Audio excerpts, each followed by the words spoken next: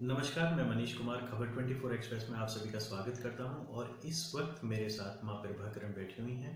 माँ प्रभाकरण बेसिकली उत्तराखंड से हैं और जिस प्रकार से उत्तराखंड में भाजपा की सरकार बनी, दावों के साथ बनी और जिस हिसाब से अभी उत्तराखंड में एक घटना घटित हुई है, तो ये जो ट्रांसपोर्टर थे प्रकाश पांडे, जीएसटी और नोटबंदी की वजह से जो मौत हुई है उसके ऊपर थोड़ा सा प्रकाश डालेंगे। जी माता जी, आपका कुछ क्या कहना चाहेंगे आप?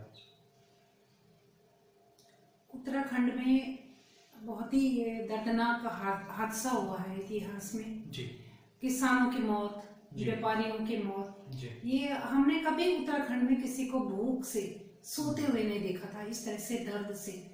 और आत्मा दहल गई हमारी कि इतना संपन्न होने वाला राज्य और आज इस तरह से लोग त्रासदी को झेल रहे हैं। मैंने बड़े ध्यान से स्वर्गीय प्रकाश पांडे जी के जो अंतिम वीडियो था उसको सुना, तो उसमें दर्द नहीं था, उसमें पूरे सिस्टम के प्रति घृणा थी, वितृष्णा थी, व्यंग था और उन लोगों के प्रति आक्रोश था जिन्होंने कि उसको आज मौत के कगार पे पहुंचाया। वो एक बहुत ही जिसको कहते हैं झकझोरने वाला केस है जिसकी समीक्षा होनी चाहिए। बिल्कुल होनी चाहिए। और लोग इसकी समीक्षा नहीं कर रहे हैं, ये बहुत दुखद है। और उन्होंने वहाँ के बीजेपी के अध्यक्ष ने कहा कि वो गाड़ी बेच देता, जब उसका पैसा सरकार पे बकाया है और सरकार उसका पैसा नहीं दे रही है। कई ठेकेदार भी हैं ऐसे जिनका पैसा पेंडिंग पड़ा हुआ है और वो भी आत्महत्या के कगार पे है। उन्होंने मुझसे कहा कि माता जी हमारे इतना पैसा है, बिल बना के दे रखा है, सरकार के पास पैसा नहीं है। सरकार आज इस स्थिति में है कि वो सैलरी देने के लिए कर्ज ले रही है। तो ये सब बहुत सोचने का विषय है। ऐसे लोगों को शासन करने का कोई हक नहीं है जो जनता को मृत्यु के दहलीज तक पहुंचा दें, और वो भी उत्तराखंड जैसे संपन्न राज्य में।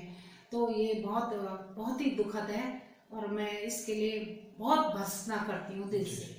हम लोगों ने भी प्रकाश पांडे जी की वीडियो देखी, तो उसमें प्रकाश पांडे जी जो कहते नजर आ रहे हैं वो है कि नोटबंदी और जीएसटी ने उनको बहुत बुरी तरह से प्रताड़ित किया है।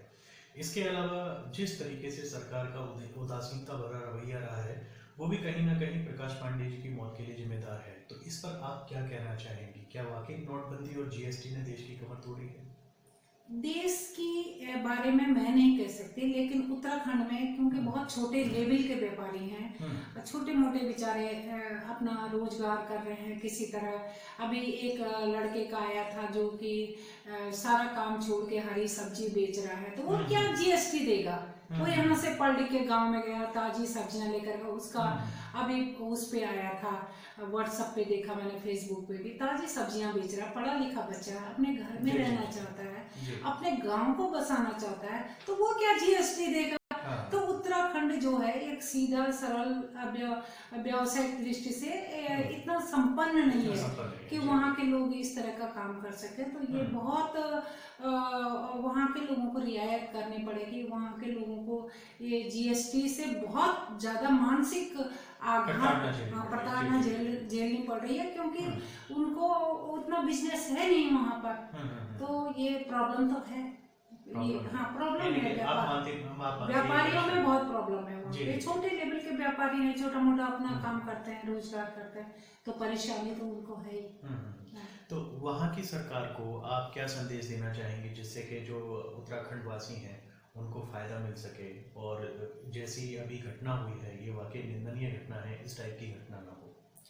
मैंने शुरू में भी इसी बात को लेकर के, जो मेरी उत्तराखंड में मैं पिछले 30 सालों से इसी बात को लेकर के लड़ाई लड़ रही हूँ लगातार, कि आप यहाँ के लोगों को यहीं पे रोजगार देने का सबसे पहले कार्यक्रम बनाए। मैंने पहले भी कहा था कि आप सब कुछ छोड़ के सारे जो जितने भी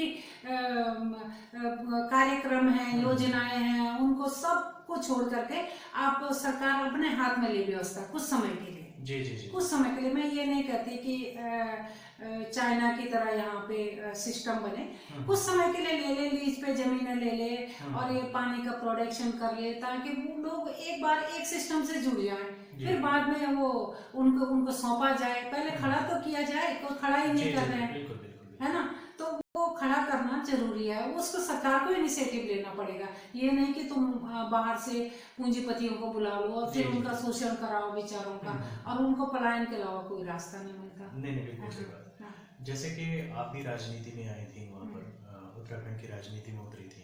आपने वाकायदा उत्तराखंड में घूम घूम कर घर घर में देखा कि क्या परेशानियां उन लोगों को आ रही हैं, किस हिसाब से उनको खाने की समस्याएं हैं, रोड्स बहुत अच्छे नहीं हैं, ट्रांसपोर्ट के साधन अच्छे नहीं हैं, बिजली की दुविधाएं उन लोगों को झेलनी पड़ रही, क्योंकि हम लोगों ने भी आपके साथ कवर किया था।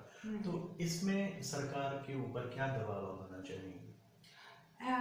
अभी तो जो गैरसैंण राजधानी का सवाल उठ रहा है ना, तो इनको तुरंत तो गैरसैंण शिफ्ट कर देना चाहिए, क्योंकि प्रत्येक नेता के साथ गांव से लोगों का पलायन हुआ है। ये निसंदेह सब लोग 4-4, 5-5 लोग छुट भैया नेता उनके साथ आए और उनके परिवार आए, जो उनके नौकर चाकर आए, तो वो सारे पलायन हो गया गाँव से। तो ये आधा से ज्यादा तो नेताओं की वजह से हुआ है। तो इनको गैरसैंण राजधानी बनाना बहुत जरूरी है। जिसको रहना रहे ना पहाड़ों में, हम भी तो रहे, हम भी तो रहे और आज भी रहने के लिए तैयार है, पर हमको दे ना, सरकार दे, जमीन का टुकड़ा दे, कुछ दे। हमारे पास तो कुछ भी नहीं है। उत्तराखंड की पहचान ही पहाड़ियां हैं। हाँ, तो और क्या, हम तो तैयार हैं रहने के लिए। तो वहाँ पे रहे लोग, जिनको जो अपने को उत्तराखंडी रहते हैं, उनको तो पहाड़ों में रहना पड़ेगा। तो देहरादून जो राजधानी है, आप उसको नहीं चाहते? नहीं, बिल्कुल नहीं, बिल्कुल। देहरादून का तो मतलब ही नहीं होता राजधानी बनाने का। ये इन्होंने अपनी सुविधा के लिए बनाया।